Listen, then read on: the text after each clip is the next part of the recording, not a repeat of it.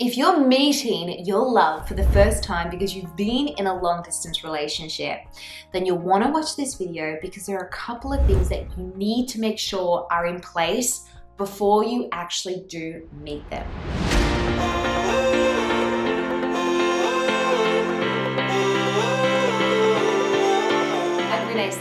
And I'm a professional dating and relationship coach. And yes, I have done a long distance relationship. In fact, I did long distance with my husband for just over 4 years. So I know exactly what it's like to be in a long distance relationship and the struggles that come with it. And if you want to check out all my other videos, which I have on long distance, like how to build trust, how to make sure that it is the right relationship, how to do a military long distance relationship, then you can go and look at that playlist. I'll drop it in the link below.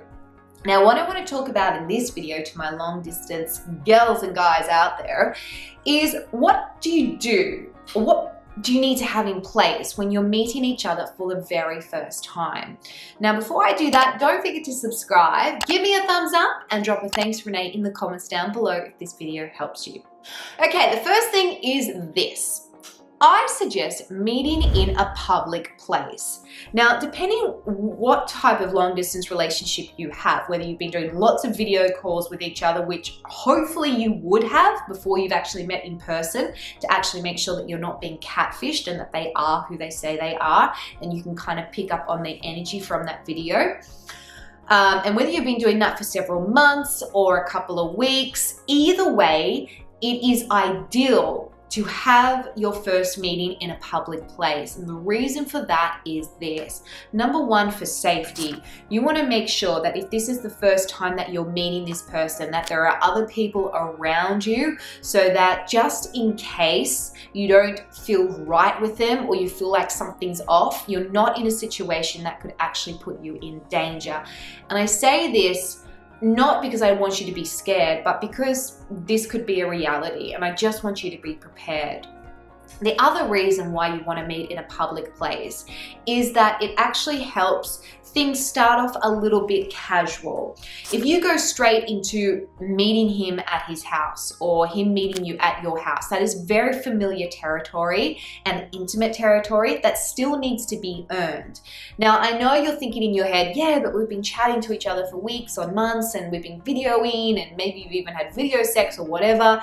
It doesn't matter. If this is the first time you're meeting them, it's almost like a first date. And usually on a first date, you don't go back to that person's house, or you don't have the first date at each other's houses, okay? So meet in a public place to keep it safe and to keep it really casual. And the third reason why you meet in a public place is because it also gives you an opportunity to see how they respond to a busy environment or a public environment. Is there some sort of noise going on? Is there some sort of conflict? How are they when they interact with other people? How do they feel when they're in a public place?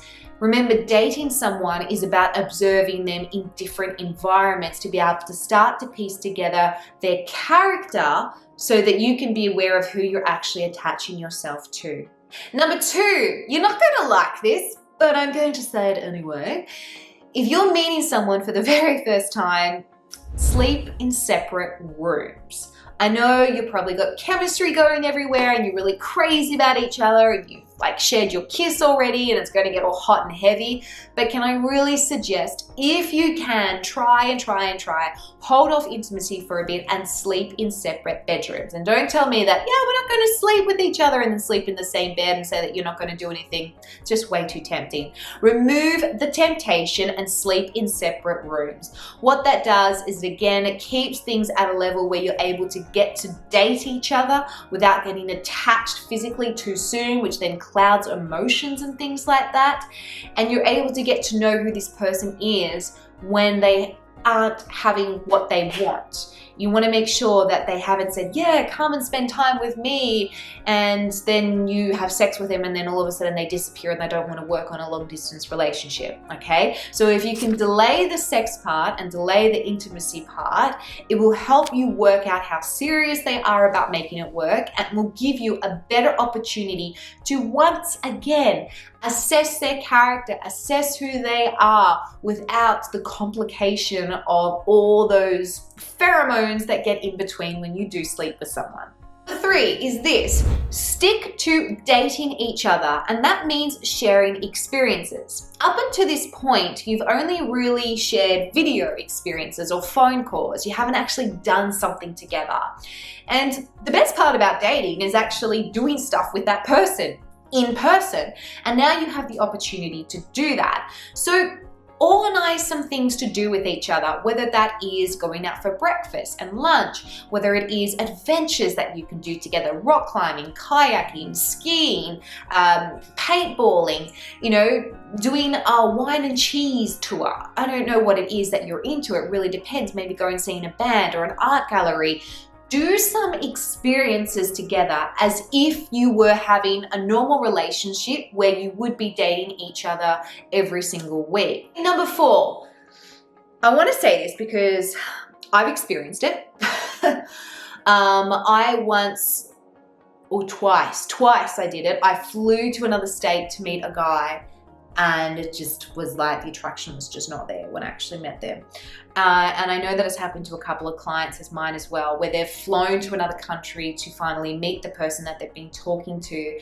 And when they got there, they realized that this person was just not right for them. So number 5 is this: prepare yourself mentally. It may not be the wonderful romance that you have in your head. In fact, it may be completely opposite. Maybe this person is not who they say they are, or who you thought they are. Maybe there isn't going to be that attraction, chemistry there. Maybe there's going to be a lot of disappointment because you're really working out who this person is. Prepare for the worst. Obviously, don't hope for the worst and don't focus for the worst, but prepare for it. Prepare yourself mentally and emotionally.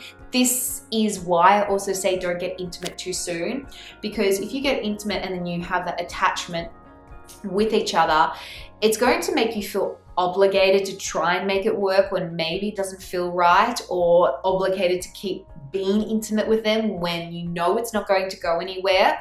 So if you can hold off, again, take your time to get to know them in person, even if you know that you only get a short time to be able to do that. It puts a pause and a healthy pace on what you have, instead of allowing your emotions to be able to build it up to something that you want it to be and then be disappointed when it doesn't go that way. And lastly, really important, have an exit plan. I guess these tips probably aren't what you wanted to hear, but I'm being really realistic. Meeting someone for the first time when you have built something with them but not in person physically with them means that when you do meet them, maybe it's just not going to work out. And I hope that it does. If they're the right person and you're the right person, amazing, and it can work out. However, if it doesn't, either you're scared, you feel that it's not right, you just want to get home, you've changed your mind, which you're allowed to do, have an exit plan. Whether it is have that ticket already booked as a return ticket with a flexible date so that you can change it if you need to. Have a stash of money put aside just in case you need to go and hire a hotel or go somewhere or take a quick flight or something, just kind of your emergency stash so you're not relying on them. Have some contacts in your phone who know that you're over there that you can call, or have them call you, or organize something just in case it doesn't work out. Don't be afraid to be able to have an exit plan, because that is something that is actually really sensible, and hopefully you won't have to use it. However, let's make sure that it is there just in case.